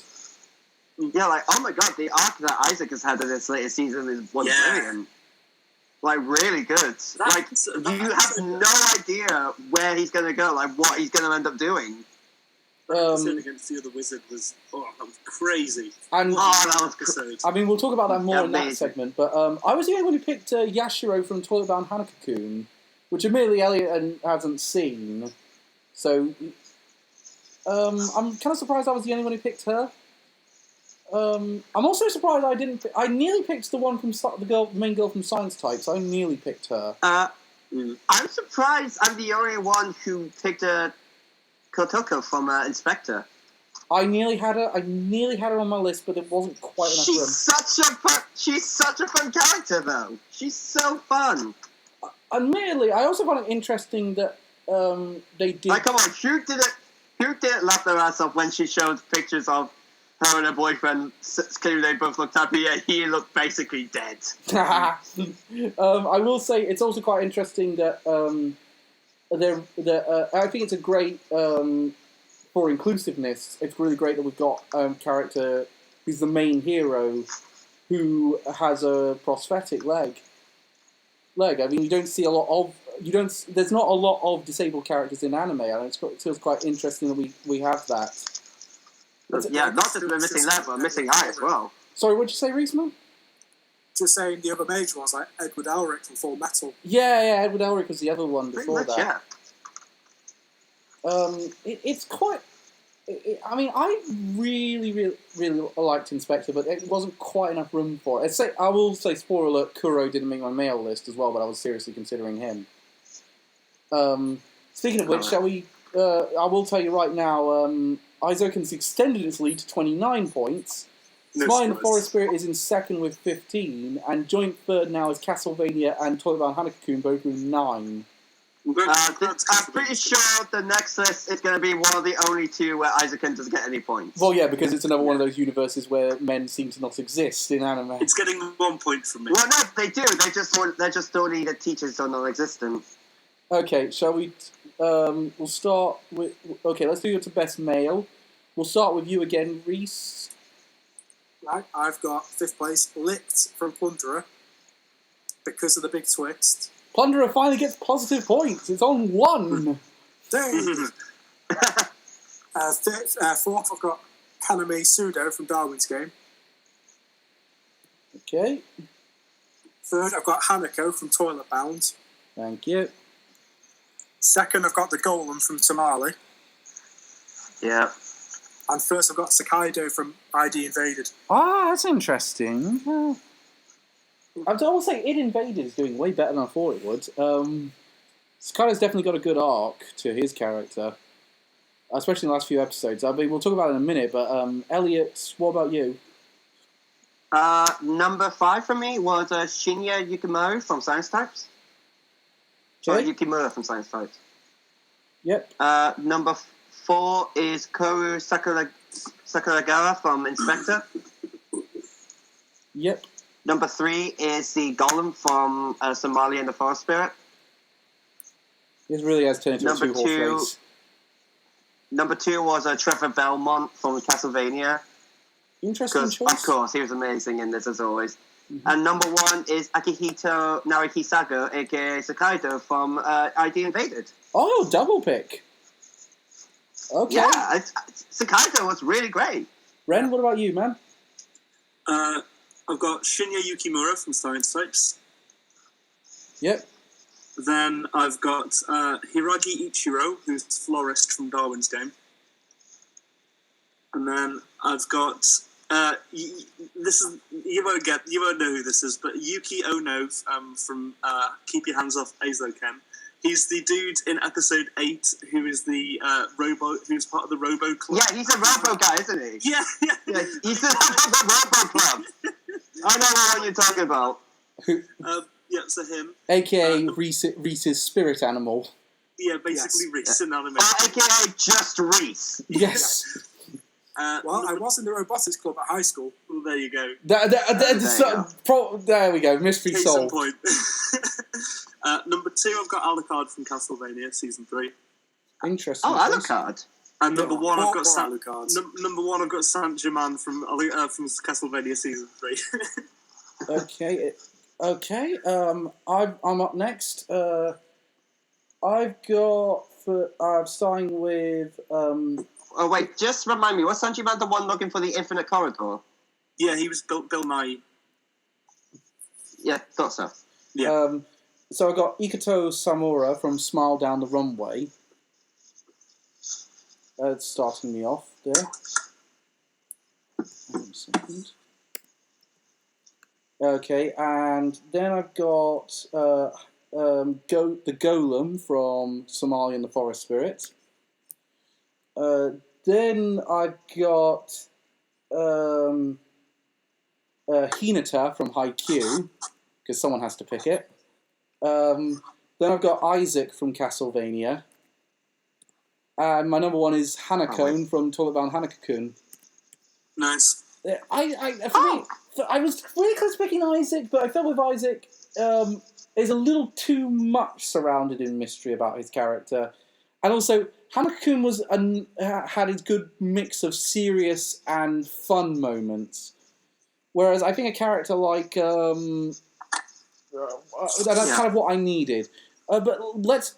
Reese, why did you pick Sakaido as your number one? I'll get to your reason, Elliot, in a minute, but we'll start with Reese. Well, he just has a really tragic backstory that ties into the whole anime. It does work out really well, and he has that excellent arc that really works out well. Was it a similar reason for you, Elliot, why you picked him? I just think throughout the entire thing, he has a really cool, interesting arc, and not to mention, he's a really interesting character. Like how in a cells he doesn't kill people, but gets them to commit suicide just by talking to them. And how he does that even though he doesn't really have a try to kill. Yeah, we thought we lost you there, Elliot. You've managed to survive, but we got half of that. Again, Wi-Fi's pretty crap. Well, I think I got most of it from my end of it, but I will say though, with Sakaido, I think he's a very interesting character. I mean, it's interesting to me. I didn't pick him for my top 5. He nearly made my top 5. I think the reason I didn't quite go for it was I don't know. I think he has a good character arc, but I think he had it took a long time to get to that. But they did a good job showing how his deductive skills work. I just thought he was an interesting character. Me and Reese both picked Hanako-kun. Yep. He's a good mix of awesome and adorable. Yeah. I think that's a good way of sum up that character. I'm actually kind of interested you didn't pick any of the Railgun characters in this segment, Reese. Well, there weren't that many male characters who had a focus. That might explain it. Because with Railgun, it's mostly the female cast. You also were the only one who didn't pick any Castlevania characters out of all. Yeah, they just missed out. Yeah. But the Castlevania characters have been so good! They've been so good! Castlevania is definitely a show that's really built on its characters. More than anything else, I think. Say, poor Alucard. Oh, yeah. Yeah, I know. Poor Alucard. I feel so sorry for him after that last episode. Like, oh my god. That's why he was so near the top for me, because I was like, dude, he got dicked I like to know poor choice of words, Ren. I like to know something kind of funny. In the last episode, there were 2 sex scenes and 2 fight scenes happening at the same time. Yep. I think that was a very deliberate choice. Yeah, because multiple people were getting penetrated. Wink. In more ways than one. I'm glad he said wink for the audio-only version. Yeah. I think what's interesting is none of us picked this. The 3 of us that picked Castlevania characters, no one picked the same 2. Because I went for Isaac, Elliot went for Trevor, and Ren went for Alucard. I think Alucard was a pretty good arc. Last Castlevania season, I went for Dracula. But Dracula... in retrospect, I would have gone for Dracula. I think Dracula had the best pilot show. Actually, that was one of the things about Castlevania. I think it kind of lost me in the last 2 episodes a little bit, because I was kind of going, okay, where are we going with this? And then it kind of won me back with the final episode. I was with it the entire way through. In spite of the fact, the very final plot twist surrounding the judge, I was kind of going, okay, what's the point of that twist? It's kind of a case of... It's a cool twist, but it also means, well, what does it mean, really, if you catch my drift? I think it's kind of symbolising... I think it especially helps with Cypher, because she really trusted the judge only to learn this, and only to, see... Sort of like she's going into Trevor's world. Well, let's see how many. It's kind of like what Trevor said. It's like what Trevor said at the end of the show. Just we spent the last couple months in your world. Now we're entering mine. Kind of. I'm very interested to see where Castlevania is going to go going forward, especially considering that it's pretty much been confirmed with this season. We're not doing the game's plot anymore. We are pretty much we're doing our own thing. There's not really much. There's not really much they can really do if they continue in the plot. Yeah, Well, with Trevor. there is a game after Castlevania 3 that has Hector as the main character. so yeah, they might bring in a few elements of that into season 4, but again, Yeah, because there's a 3-year time skip between Castlevania 3 and the one with Hector. yeah, that's kind So of there's still time to adapt the game. There is still time to adapt that game. I mean, admittedly, even season 1 and 2, which have been with Castlevania 3, have been loose adaptations of that game. Yeah, but at the same time, especially because we didn't get much of a story from Castlevania 3, it was mostly just a prequel to the first Castlevania. Shall we talk best sequels since we're on this subject? Yeah. Okay, Yes. shall we start? We'll start with you again, Reese. This will be the one time Izoken...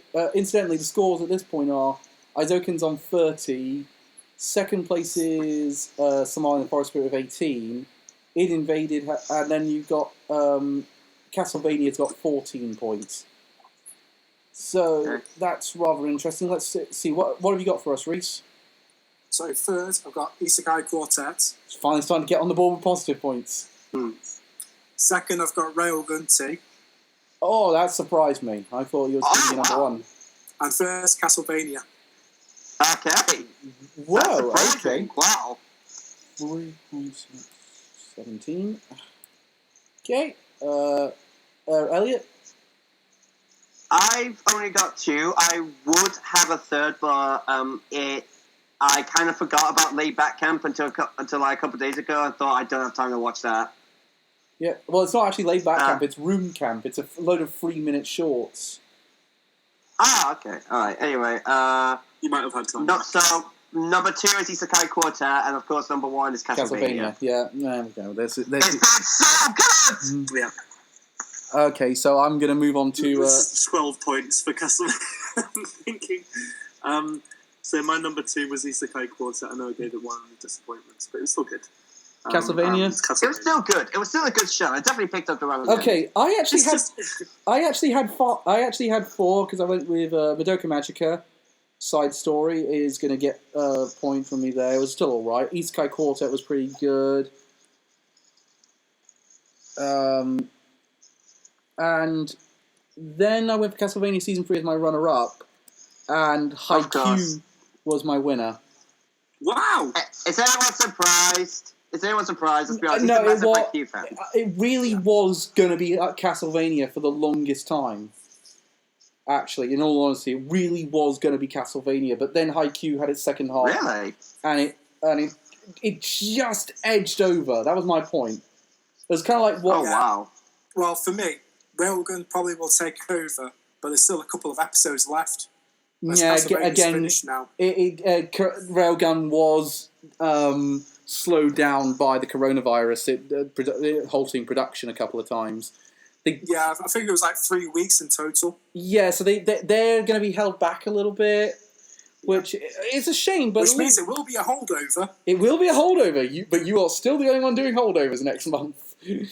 But here's the weird thing for me, though. I mean, admittedly, Castlevania's really shot ahead, and it's now got its total score. The thing with Castlevania, with this season, is the exact opposite of the last season. Last season, with Castlevania, everyone left happy. In this season, everyone left miserable. Yeah. And I love it. It's going to get so awesome. much worse. It's kind of...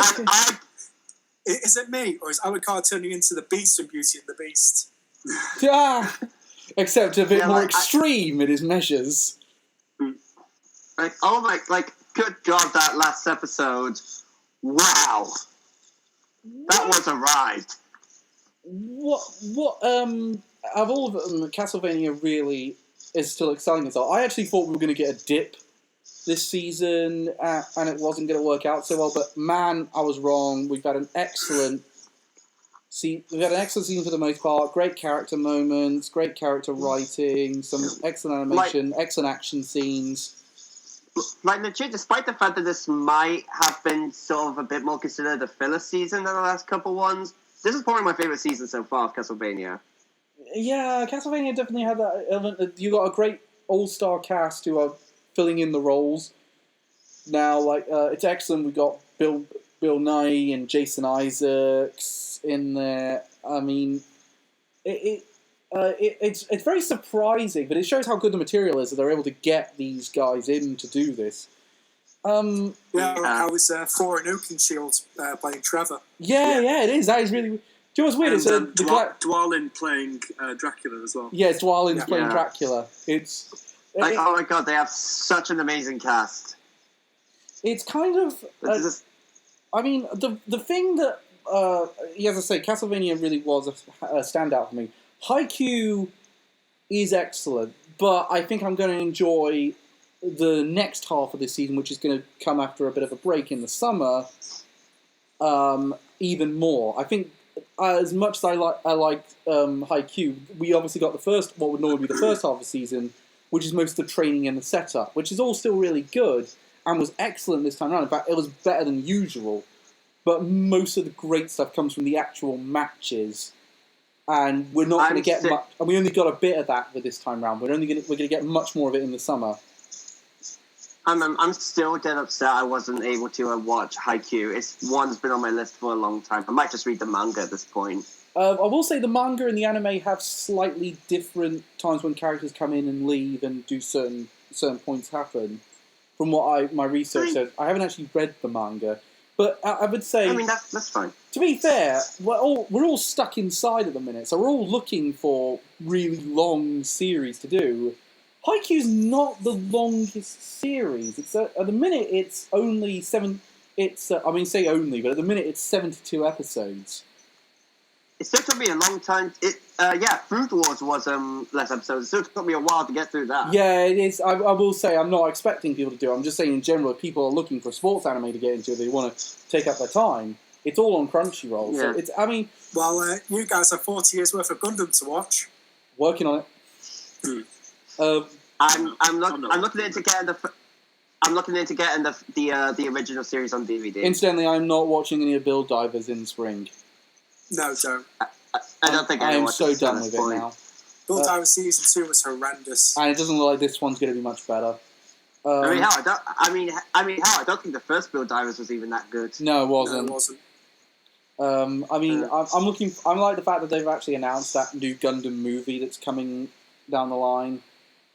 I think it's Gundam. Yeah, Hathaway's Flash. Yeah, that one. Is that a Universal Century Timeline film, or is it? Yeah. It follows the story of Bright Noah's son. Ah, right. Yeah, I wondered what that was about. Yeah, that looks like it will be genuinely quite interesting. It also looks like it won't be so tied to. You have to know everything about the 100 Years' War and the whole conflict. 1 Year War. The 1 Year War. Sorry, I'm getting. God, imagine actual history, Cal. Yeah, it's going to get tied to that event. It feels like you won't need to be ultra in the knowledge to get that film. But we'll wait and see when it comes out. I think it's a foregone conclusion what's winning. But let's get on with best originals to get our points because we might have all picked something different here. Reese, let's start with you. Fifth, I've got Science Types. Okay. Fourth, I've got The Fury. Yep. Third, Toilet Bound. Mm-hmm. Second, Aizoken. Oh, go away. Next, Aizoken. That came first. That came first. I've got Somali. Somali comes first. That's brilliant, actually. I found that interesting. I'll ask you why in a minute, but we'll start with you, Elliot. What did you have? Number 5 was The Fury. Bo Fury. Okay. Then number 4 was Inspector. Yep. Number 3 was Keep Your Hands Off Aizoken. Okay. Number 2 was Samana or Spirit. It was so close to being number 1, but number 1 for me was ID Invaded. Oh, that's interesting. I really liked ID Invaded. I really, really enjoyed it. Ren? Well, then, my best original, sorry. Yeah. Okay. The ones I kind of watched all the way through, so I haven't decided to give points to the ones I haven't completed. So Darwin's Game, That's Stone annoying. Sites Fell in Love, and Keep Your Hands Off Isaac Ken. Can I say it's really annoying that Darwin's Game has more points than Inspector at this point?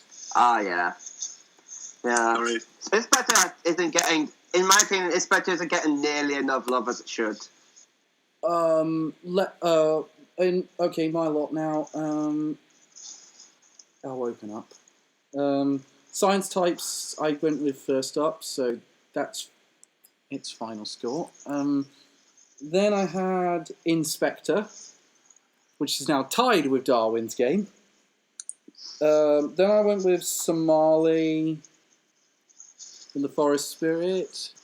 Then Keep Your Hands Off Izokin was my runner-up. And my number one was Toilet Bound Hana Cocoon. Am I the only one who even had ID invaded? You did. You were the only one who had it invaded in your top lot. That was interesting. We'll come to you in a minute, Wow. Elliot. Reese, we'll start with you. Big reason why Somali took the top spot for you. I think with Somali, the show is greater than the sum of its parts. Yeah, Because all the characters work so well. Like the dynamic between Somali and the Golem on their journey. And just what happens to the Golem near the end. Oh god, yeah. Like I remember, like I was in tears. I was in legit tears at the end. Like I just remember seeing that ending, or just like seeing the last few episodes, just like holy crap. Yeah, I'm really hoping for a season 2 with Somali. I think it will really benefit from keep going. I mean, would you guys pick up the manga? Would you guys pick up the manga if we don't get a season 2? Don't know really. Honestly, I don't even know if we will get. I don't know really. I don't know if we will get a season 2 because who knows how much time Golem has left. I'm not entirely convinced, but I think we might get a season 2. The manga's still ongoing, so that gives us some hope for more. Maybe, yeah. Not only you didn't pick, It Invaded nearly made my top lot, but it just missed off. ID Invaded, I just thought was like a really interesting concept. Like, you know that movie Cell with a person going into the mind of a serial killer? Yeah, it is very similar to that show.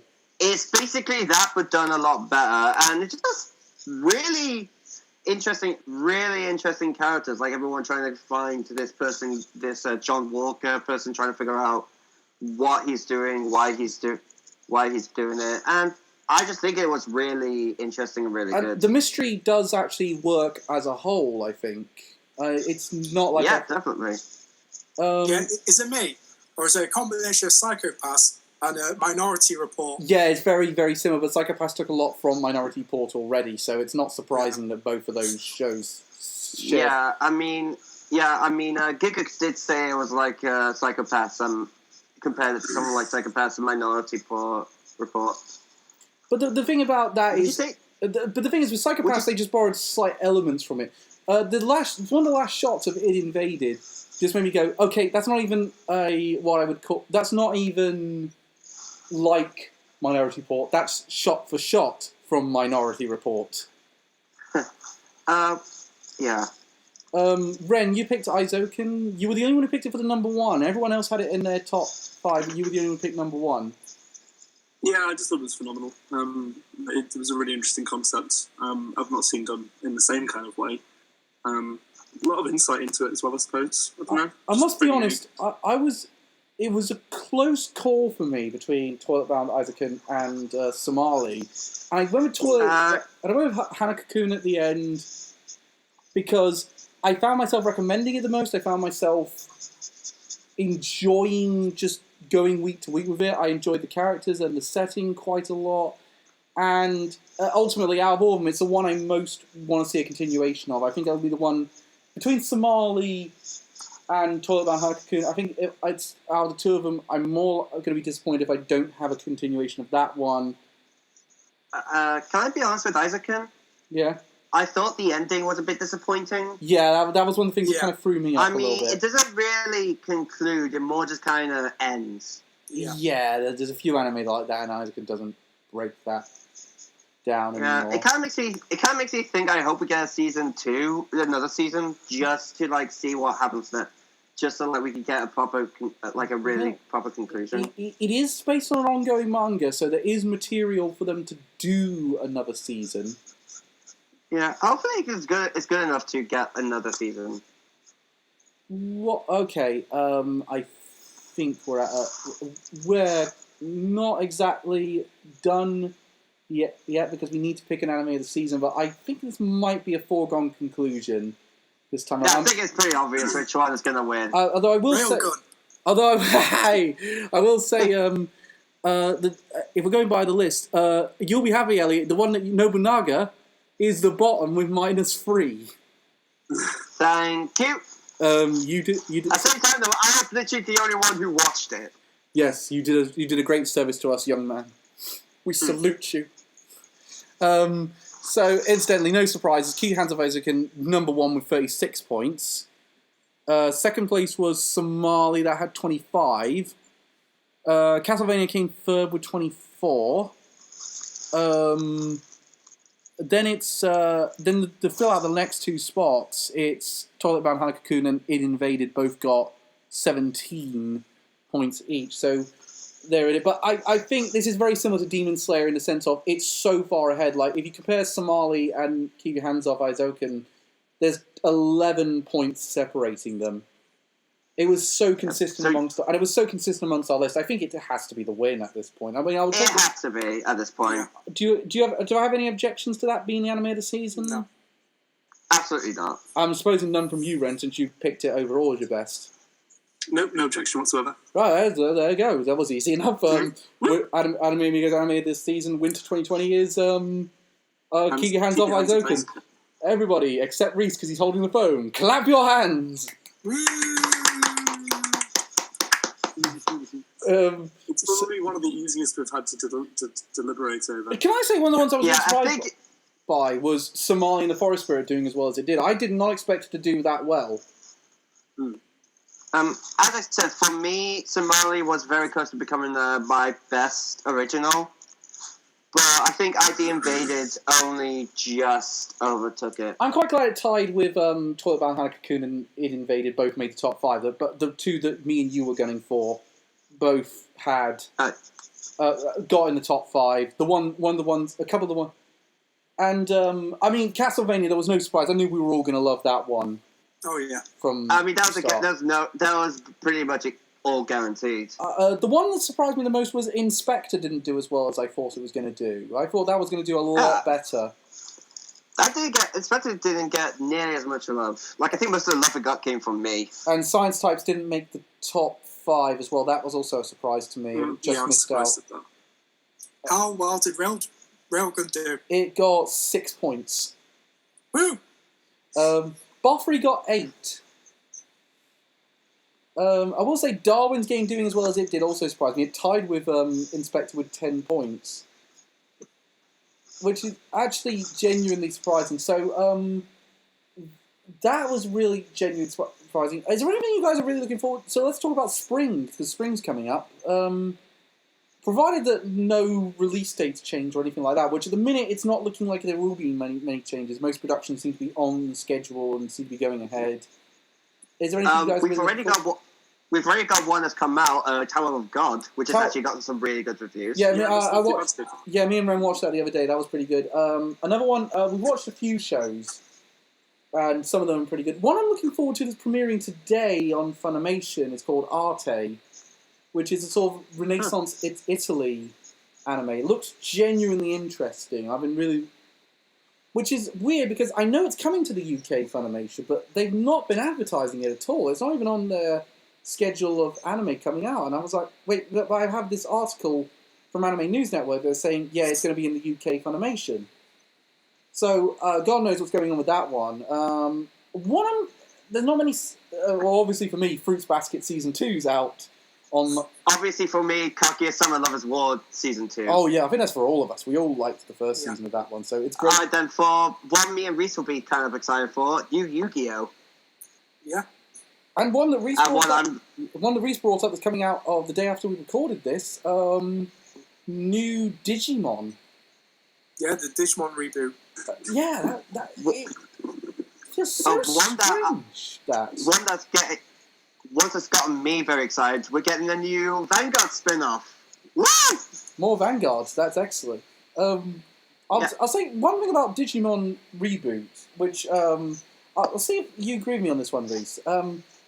It seems weird that we've done the Digimon Adventure Tri movies, then we've had this big movie that's a sequel to that, and just mere months after that comes out, we're rebooting the entire franchise again. It seems really weird they wouldn't let that sit before they said, now we're going to do a whole complete soft reboot. Well, it's because the Digimon movies were making less and less money as they went on. It's trying to go with a... And the last TV show, which was a spin-off called Applemon, really bombed in Japan. Oh, yes, they didn't even bother localising that over here. No, they didn't. So they lost a crap ton of money with that. So they thought, safe bets, reboot it, everyone loved the original, we'll just do that again.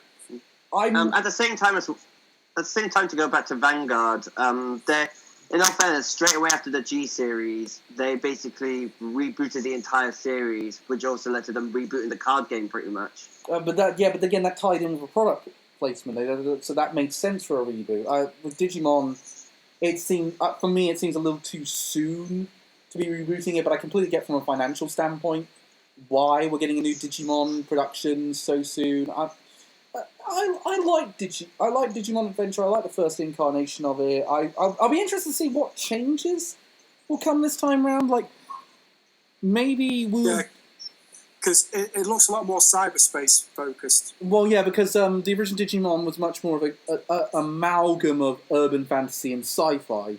Whereas this one looks like it's going to lean a bit more towards a sci-fi, similar to how Digimon Tamers lean towards a sci-fi.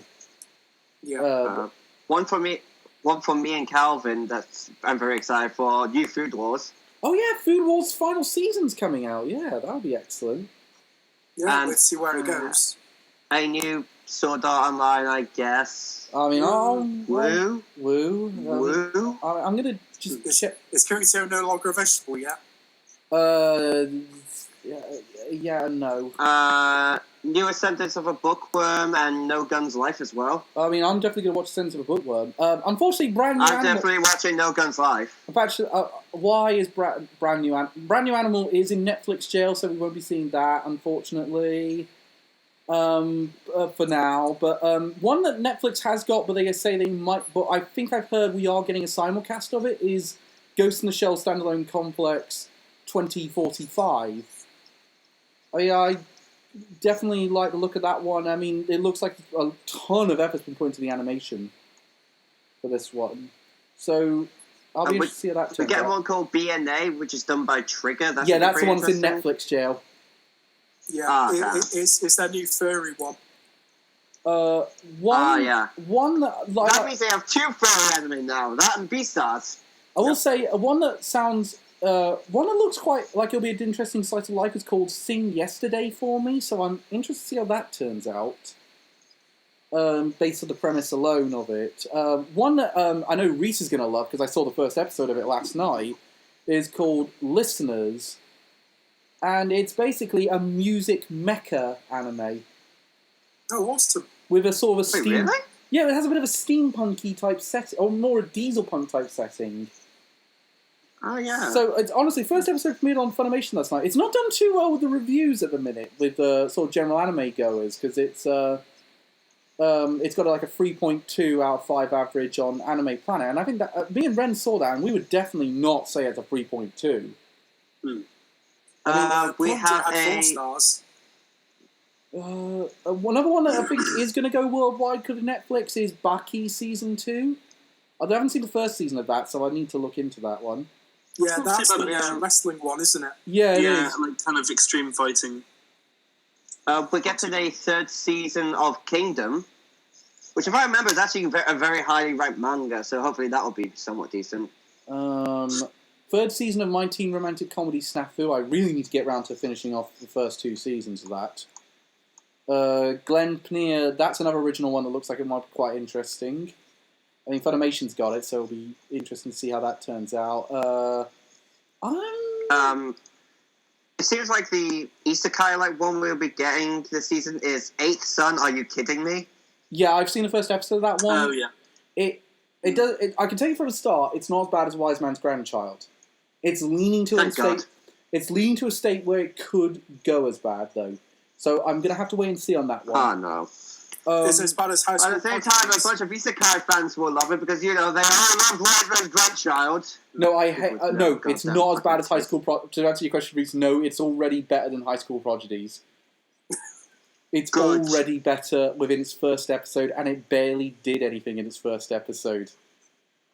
That's amazing. One that could go either way that I saw the first episode of is Wave Listen to Me. It's another one on Funimation that looks like it's going to be about radio, a woman who goes off her nuts on a radio.